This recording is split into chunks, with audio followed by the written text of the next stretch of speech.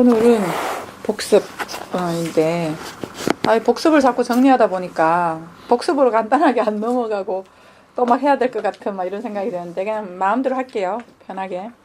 이거 복습 온전이라고 하는 주제가 마태복음 5장의 주제라 그랬잖아요. 하나님의 온전하심처럼 우리도 온전해지는 거. 거기에 대한 주제가 오늘은 희생제사 그만두고 산제물이 되라. 이런 제목으로 한번 잡아봤습니다. 들어가는 말 볼게요. 지난 시간에 온전을 살펴보면서 온전은 서기관 바리새인의 의와 차원이 달라야 한다고 했습니다. 그 차원이 다른 의라고 하는 것은 우리의 노력과 애씀에서 나온 것이 아니라 그분으로부터 주어진 위의 것을 이야기한다고 했죠. 근데 그 위의 것은 말로 위의 거야 이렇게 한들 소용이 없다는 거죠. 왜냐하면 위의 차원의 것은 우리의 노력이 죽을 때 감지되는 마음 안에서 이루어지는 거기 때문에 그래요. 위의 것이야, 위의 건 이런 거야 또 얘기를 하면 그 위의 것도 아래 것이 돼버려요. 그러니까는 위의 것이다라고 하는 거는 우리 마음 안에 되어진 상태를 얘기하고, 그래서 우리가 늘 하고 있는 것이 서기관 바리새인의 의, 즉 우리의 열심을 내려고 하는 것이 특기다. 그러니까 우리는 계속 하려고 하는 게 하고 있는 게 그렇게 하고 있다라고 하는 것을 매일매일 알고 인정하는 것이 아래 걸로 죽는 거예요. 내가 아래 것을 지금 하던 걸 안 한다 이런 개념이 아니라 내가 또 이러고 있구나, 또 내가 율법적으로 사람을 보고 있구나, 내가 또 내 안에서 선과 악의 구조가 작동하는구나 라고 하는 것을 알고 인정하는 거예요.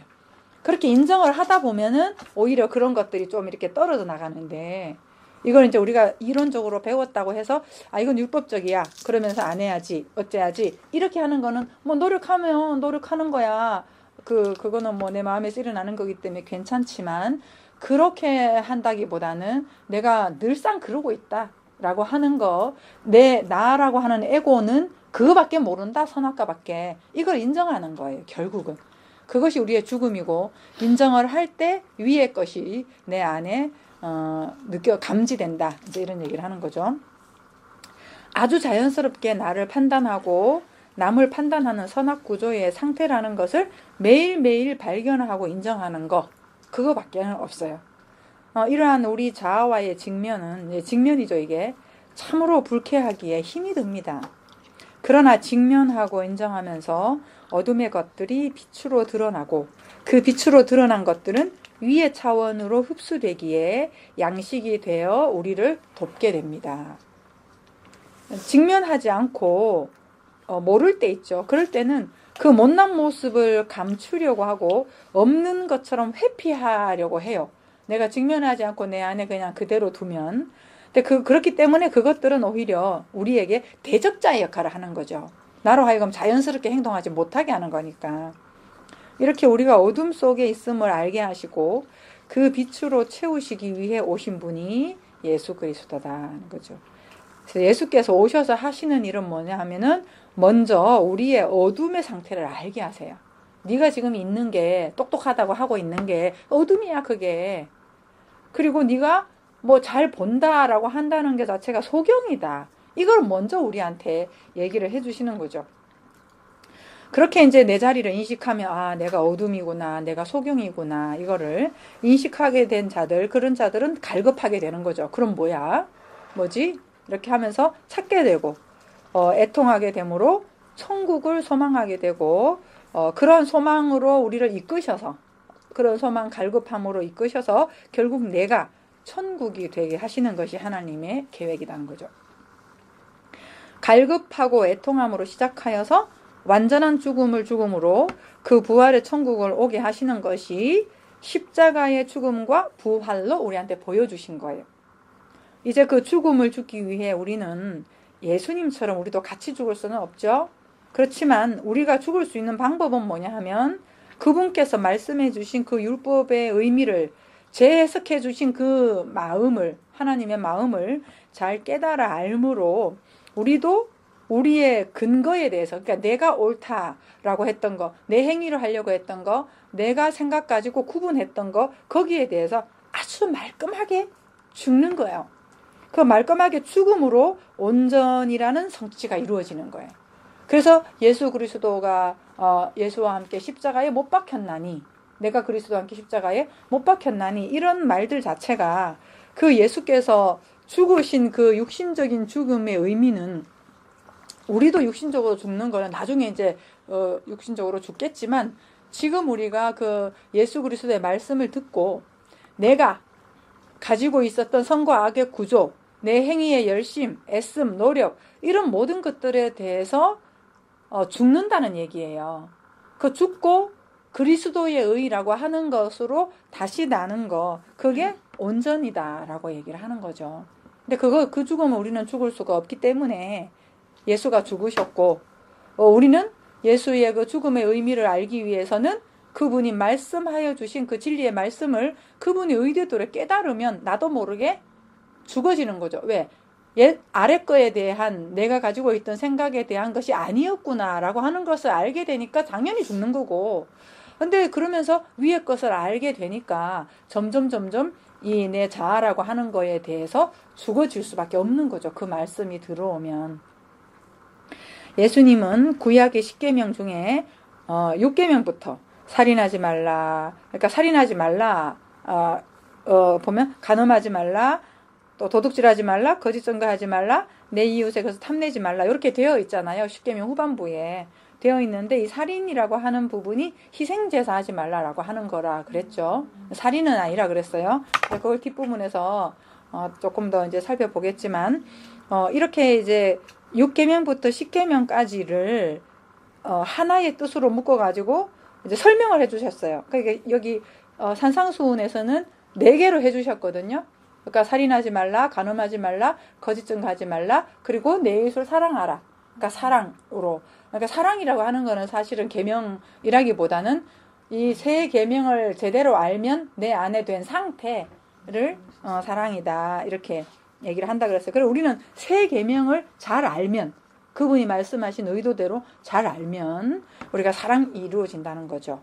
그래서 복습으로 좀 간단히 넘어가려고 했는데, 요 계명은 조금만 더 디테일하게 한번 보는 것도, 그렇게 되면 6장, 7장은 되게 쉬워요. 어려운 부분이 아니에요. 요게 이제 제일 좀 어려운 부분이죠. 그래서 이렇게 다시 말씀해 주시고, 이것을 새 것으로 다시 말씀해 주셨기 때문에 3계명이다, 이렇게 얘기를 하는 거예요.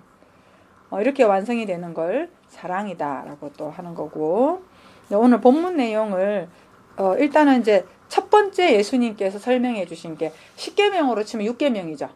6계명이고, 오늘 이제 그 4개로 모아서 설명을 해 주시는 것 중에서 첫 번째가 바로 이제 살인하지 말라, 이 부분이거든요. 그래서 이제 본문을 다 갖고 왔는데 1절만 한번 읽어볼게요. 오늘 1절 내용만 제가 했으니까 같이 읽어볼게요.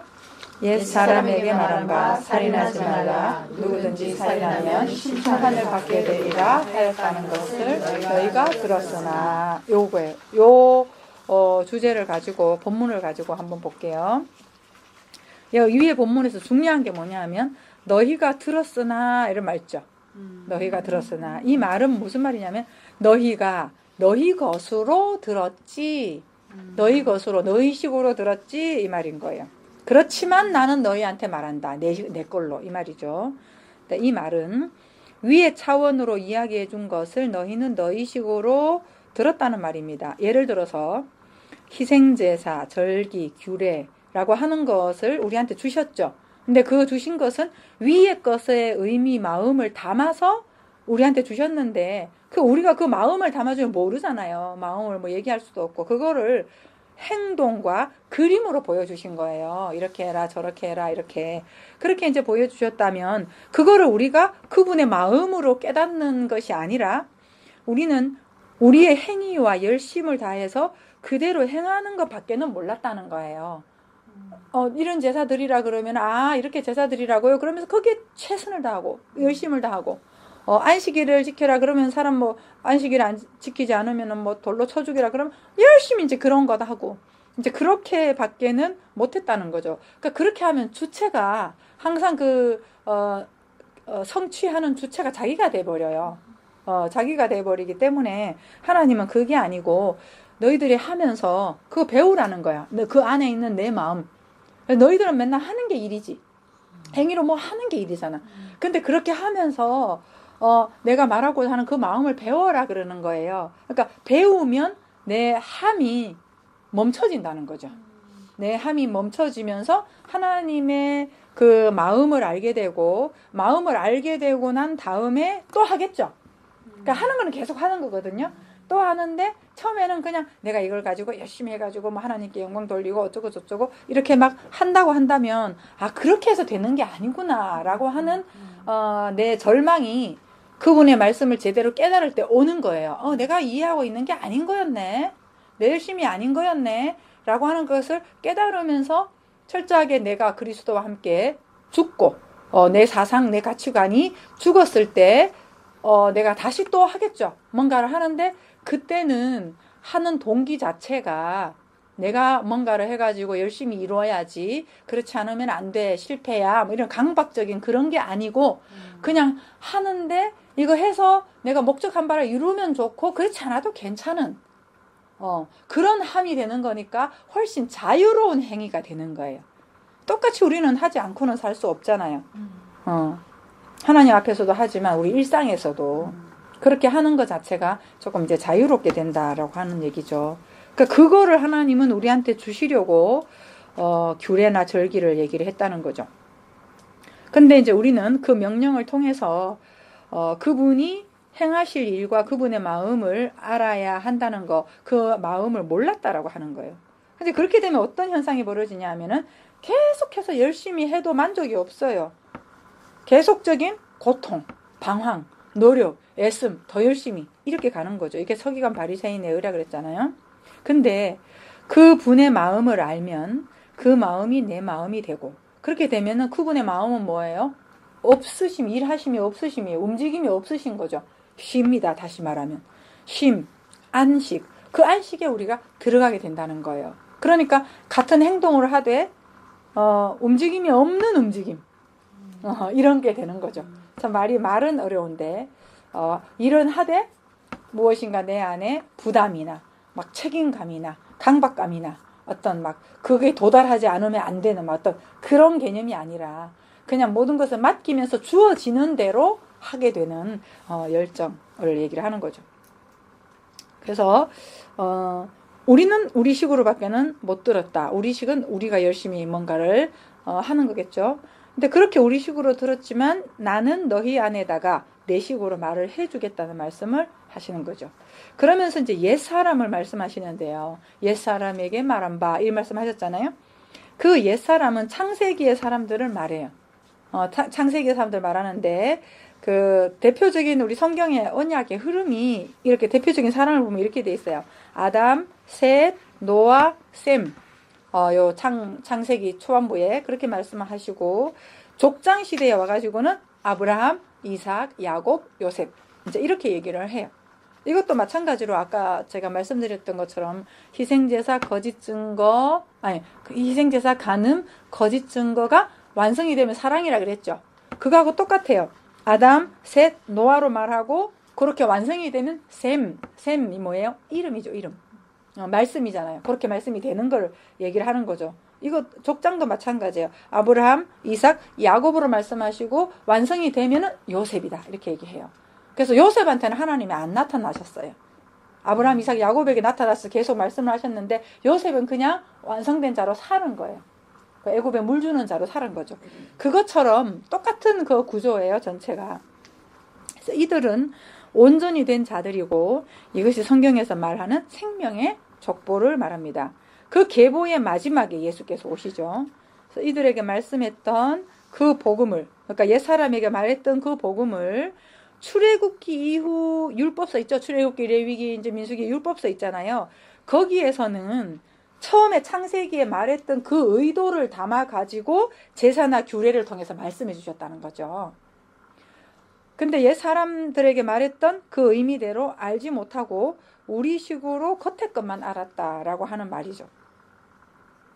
그러면서 첫 번째 위의 것으로 해석해 주신 것이 희생제사 하지 말라라는 말씀이에요. 요걸 이제 먼저 예수님께서 건드리시는 거예요.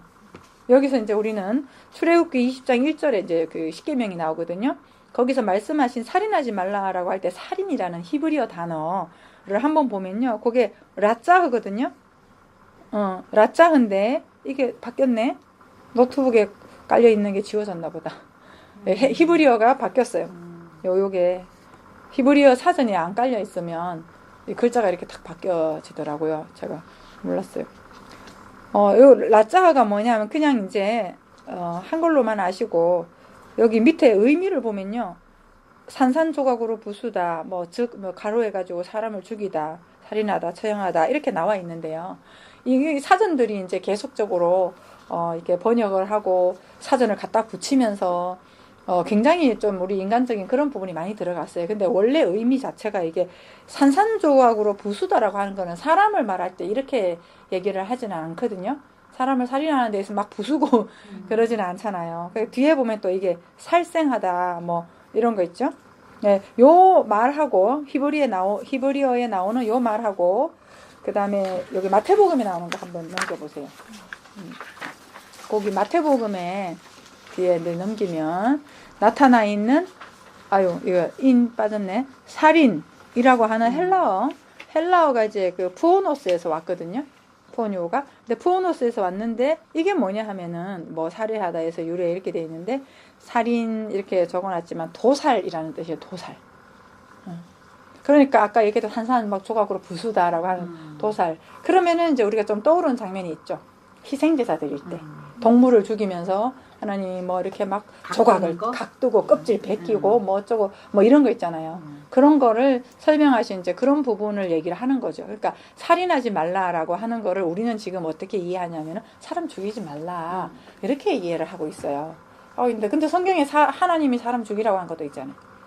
그러니까 그런 개념들도 다 이렇게 뭐 가나안에 들어가면은 또 죽이라 뭐 이렇게 하는 그런 것들인데 하나님 이제 그런 걸 측면을 얘기하는 게 아니라 희생 제사는 원래 너희들이 하는 거 아니다 라고 하는 거를 말씀하신 거죠. 육계명에서 설명해 주신 것이. 자, 밑에 보면 짐승을 죽이는 도살이라는 의미가 있는 거죠. 그 라짜으나 여기 푸노스나 정리 보면 살인하지 말라라는 말은 도살이 일어나는 희생제사를 말씀하고 있습니다. 그렇다면 예수께서 희생제사를 가지고 새 계명을 설명해 주시는 내용이 뭘까 하는 거죠. 희생제사 하지 말라라고 하는 그 내용. 만약에 아래 것으로 우리식으로 이해를 한다면 열심히 정해진 규례대로 행해야 되잖아요. 번제는 이렇게 하고 소제는 이렇게 하고 뭐 곡식을 빠뜨리고 위로 들었다 내렸다 뭐 이런 거. 그런 것들을 이제 정확하게 지켜서 행해야 되는데 근데 예수님은 그런 걸 설명을 해주셨거든요. 분명히 그렇게 하라라고 말씀을 해주셨는데 지금 여기서 말씀하신 게 뭐냐 하면은 구약에도 그랬고 희생제사를 하지 말라라고 하는 거예요. 그러면은 아니 제도를 주신 것도 하나님이고 그래서 성막에 들어올 때는 이렇게 해야 된다 뭐 이런 것도 하신 분이 하나님인데 지금 예수님이 하시는 말씀은 원래 또 십계명의 의미는 희생제사를 하는 게 아니다 이렇게 말씀하시는 그분의 의도 하는 걸 통해서 니네가 하지 않는 거를 가르치려고 했던 하나님의 의도 그거를 우리가 좀 알아내는 것이 이제 예수께서 이렇게 풀어주신 그 내용 중에 있는 거죠. 그럼 먼저 이제 조금 더 들어가기 전에 우리를 향한 하나님의 계획이 뭔지를 한번 보면요. 우리가 희생제사를 계속해서 드리는 게 아니라 내가 제물이 되는 거예요. 내가 산 제물이 되는 거. 다시 말하면 존재가 되는 거를 얘기를 하죠. 다른 말로 표현하면. 로마서 12장 1절 한번 읽어볼게요. 그러므로 형제들아 내가 하나님의 모든 자비하심으로 너희를 권하노니 너희 몸을 하나님이 기뻐하시는 거룩한 산 제물로 드리라. 이는 너희가 드릴 영적 예배니라. 그래요. 우리가 희생제사라는 규례적 행위에만 머물러 있으면 우리 자신이 제물이 되지는 못해요. 보세요. 내가 행위를 계속 하잖아요. 행위를 계속 하게 되면은 뭔가 다른 거를 자꾸 죽여야 되잖아요. 다른 거를 갖다 와가지고 죽이고 또 다른 걸 이렇게 해야 되고 저렇게 해야 되고 하면서 어떤 겉에 보여지는 어떤 행동, 행위, 법 이런 걸 하다 보니까 내 자체가 되지는 않아요. 내 자체가 죽지는 않아요. 산재물이라는 얘기는 내가 거기 올라가가지고 딱 죽어야 되는데 내가 죽지는 않고 이상하게 더 살아나요. 뭘 법을 지키고 규례를 행하고라고 하는 거를 내가 이제 자꾸 지키려고 하면 내가 자꾸 살아나요. 더 많이 살아나가지고 더 잘해야 되니까. 그대로 지켜야 되니까. 근데 성경에서 약속은 뭐냐 하면은 네가 하라는 게 아니라 네가 죽으라는 얘기다. 이게 이제 산 재물의 개념인 거죠. 그러나 우리가 여러 가지 행위를 함으로가 아니라 우리 자신이 되라는 것을 말씀합니다. 이 말은 행위를 하는 한은 위의 것으로 날 수 있는 방법이 못 된다. 행위로 하는 한은 내가 안 죽으니까. 근데 위의 것으로 주신 그 말씀을 내가 깨달아 알면 내가 하려고 했던 것 자체에 대해서 죽어지고 그분의 마음이 오는 거니까 그분의 마음과 내가 하나가 되는 건데, 만약에 내가 내 열심으로 하면 계속해서 나는 내 사고방식 가지고 내 기준 가지고 할 거니까 내가 재물이 되지는 못한다는 거예요. 죽고 부활하는 재물이 못 된다는 얘기죠. 제사 제도나 규례를 허락하신 하나님의 뜻, 그 뜻을 알면 우리 시기에는 열심과 노력이 멈춰지고 나의 자아의 죽음을 가져오게 합니다. 즉 우리가 믿고 있던 가치관이나 지식이나 경험들이 죽는 거죠. 죽는 게 뭐냐면은 그런 것들이 죽는 거예요. 내가 생각하고 있던 거. 그러니까 그런 것들로 우리는 하나님의 규례도, 근데 사실은 보세요. 성경에 나와 있는 규례들이 많이 있는데 이거조차도 해석이 다 다르잖아요. 성경에 문자가 있는데 그 문자에 대한 해석도 다 다르잖아요. 성경에는 한 단어로, 한 문장으로 똑같은 글자로 되어 있는데도 그거를 해석하는 것들은 다 다르단 말이죠. 근데 그 다 다른 게 왜 그러겠어요? 우리가 가지고 있는 가치관이나 이런 걸 가지고, 지식이나 이런 걸 가지고 해석을 하니까 거기에 따라서 해석이 다 달라지는 거죠. 다 달라지면서 다르게 또 이제 또 결과물이 나오게 되고 그런 거죠. 그래서 하나님은 그러시는 거예요.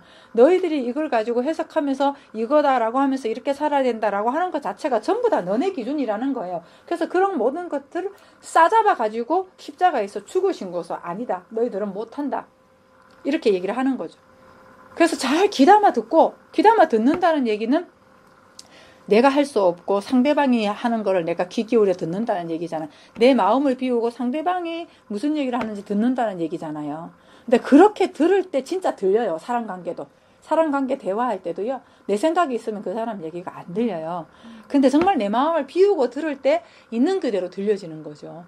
그런 것처럼 주님께서도 우리한테 오셔 말씀하셨는데 이놈의 우리 안에 가나안 칠족석과 더불어서 내 안에 바벨탑, 든든한 바벨탑이 있고 또 내 안에 7 귀신이 들어있고 뭐 이런 것들이 너무 많이 들어있으니까 그분의 말씀을 잘 못 듣는다는 얘기죠. 그래서 그분의 말씀을 들려주신과 동시에 우리 삶의 현장에서 관계를 통해서, 고난을 통해서, 고통을 통해서 또 깨뜨리는 작업을 같이 하는 거예요. 모든 삶에서 하나님은 다방면으로 자연을 통해서도 말씀하시고 모든 걸 통해서 계속해서 말씀을 하시고 계시는 거죠. 그래서 뭘 한다? 결국은 일을 뭘 한다? 나를 죽이고 내가 이거야 라고 하고 있던 어떤 근거도 두지 못하도록 완전하게 우리를 죽이시고 어머 뭐야 아무것도 없네, 나 정말 모르네, 이렇게 이제 고백하도록까지 계속해서 우리를 이끄시면서, 처음에는 그거가 굉장히 고통스럽죠. 근데 이제 모르는 게 편하네. 그냥 내가 꼭 이렇게 애써서 나아가지 않아도 되는 거네. 이렇게 알면은 이제 조금 편해지는 거죠. 그것도 익숙해지고, 익숙해지면 괜찮거든요. 익숙해지고, 그렇게 하시면서 그분은 이제 우리가 견고하게 가지고 있던 우상들, 그게 가치관이에요. 우리가 가지고 있던 우상들, 그 가치관, 지식, 경험 이런 걸로 인해 가지고 내 자신조차도 그런 이미지로 나를 아주 단단하게 만들어 놨거든요. 그런 것들을 이제 깨뜨리시는 거죠. 그렇게 죽음을 당할 때, 그렇게 될 때 우리가 뭔가 기준에 맞춰서 행하고 안 하고 하는 것은, 그러니까 우리의 기준에 맞춰 가지고 내가 생각하는 거에 맞춰 가지고 행위적으로 하고 안 하고 라고 하는 것은 계속적인 방황이구나. 그러면은 방황이 끝이 없는 거구나. 계속 그렇게 가는구나 라고 하는 걸 알게 돼요. 그렇게 알게 되고, 성경의 그 율법을 통해서 우리에게, 율법이 우리 보고 하라 하지 말라로 되어 있잖아요. 근데 그 율법을 통해 가지고 하라 하지 말라라는 말이 아니고 이걸 통해서 위의 것을 설명하려고 하신 거였구나 라고 하는 것을 내가 알면 내 방황이 끝난다는 말이에요. 그러면서 내 안에 천국, 나의 존재됨 안에서 안식을 하게 되면 내 초점이 어디로 가냐면은 외부의 허상을 줘. 외부는 허상이에요. 전부 보이는 거 허상이에요. 만져지는 것도 다 허상이에요. 그것을 계속해서 쫓는 것이 아니라 내 마음 안으로 자꾸 들어오겠죠. 내적인 마음 안으로 들어와서 내 마음 안을 또 뚫고 마음 안으로 들어오는 것도 힘들어요. 내 안에 생각과 감정을 직면하는 것도 힘들잖아요. 근데 이제 계속해서 그쪽으로 하게 되죠. 그렇게 이게 들어와가지고 불편한 마음 이런 것들을 뚫고 들어오면은 그 안에 이제 깊은 영이라고 하는 거 그런 것들을 좀 인식하게 되는 거죠. 이런 모습이 현실적으로 일상에서 나타나는 그런 모습이 산제물이라는 거고 산제사를 드려라 하는 거죠. 산제사를 드리라고 할 때 드리라라고 하는 것도요. 히스테미에 흘라오. 이 말은 똑바로 서다, 위로 서다 이런 개념이거든요. 그러니까 산제물로 되라는 얘기지. 산제물로 똑바로 서라. 부활신앙을 가져라 이런 얘기죠. 부활은 그러니까 다시 말하면 부활은 어디에 있다는 거예요? 죽음 속에 있어요. 부활은 따로 떨어진 게 아니에요. 죽음 속에 부활. 겨울이 있어요. 봄이 있어요. 이게는 완전히 자연의 원리예요. 하나님은 자연의 원리를 역행하시지 않잖아요. 그런데 우리는 뭐가 좋아요? 죽음이 싫잖아요. 죽음이 싫고 부활은 좋아해. 그러니까 어떻게 하냐면은 부활을 만들어내요.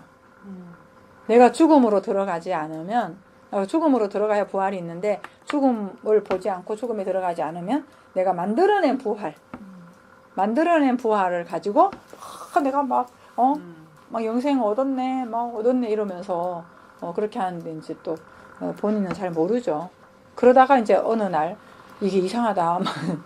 나 그래도 허전하네. 마음이 막 이렇게 되면 또 다행이지만. 그래서 우리는 매일매일 죽음을 맞아. 우리가 하는 건 하루하루 잘 살려고 하지만 우리는 죽음을 향하여 가고 있죠, 지금. 살려고 하는 사람 없잖아요. 살려고 하긴 하는데 죽음으로 간다고 우리는. 결국 죽으러 가잖아요. 근데 인생도 그렇잖아요. 그런 것처럼 우리가 사는 비결도 죽음이에요. 결국은 죽음. 그래서 사도 바울도 이런 고백을 했죠. 읽어볼게요. 형제들아 내가 그리스도 예수 우리 주 안에서 가진 바 너희에 대한 나의 자랑을 두고 단언하노니 나는 날마다 죽노라. 네. 사도 바울의 자랑 그거였다는 거예요. 나는 날마다 죽노라. 예, 그게 사도 바울의 상급이었다는 거고요. 자랑이었다는 거고요. 그게 신앙이었다는 거예요. 예, 마무리를 한번 볼게요. 자, 우리는 지금 공부가 뭐냐면 온전하라. 하나님의 온전하심처럼 너희도 온전하라 라고 하는 그 세 계명을 공부하고 있습니다. 그 세 계명의 첫 번째가 이제 희생제사거든요. 희생제사를 한마디로 요약하면 희생제사 제도는 규례는 너희가 하는 것이 아니라 내가 너희들을 위해서 죽는 거다 라고 하는 거를 보여주시기 위함이었다는 거예요.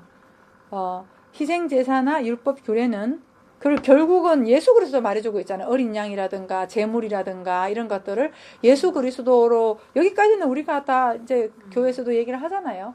예수 그리스도의 죽음을 얘기를 하는 거라고. 근데 지금 어떻게 해요? 우리는 희생제사가 끝나야 되죠.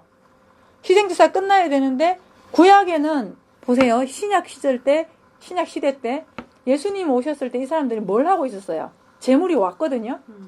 구약에 말했던 제물이 왔는데 성전에서 구약에 말했던 그 제물 자꾸 죽이고 있었던 거야. 제물이 왔는데 죽이고 있었어요. 근데 이제 마지막으로 그 예수께서 마지막 제물이 되셔가지고 죽었어요.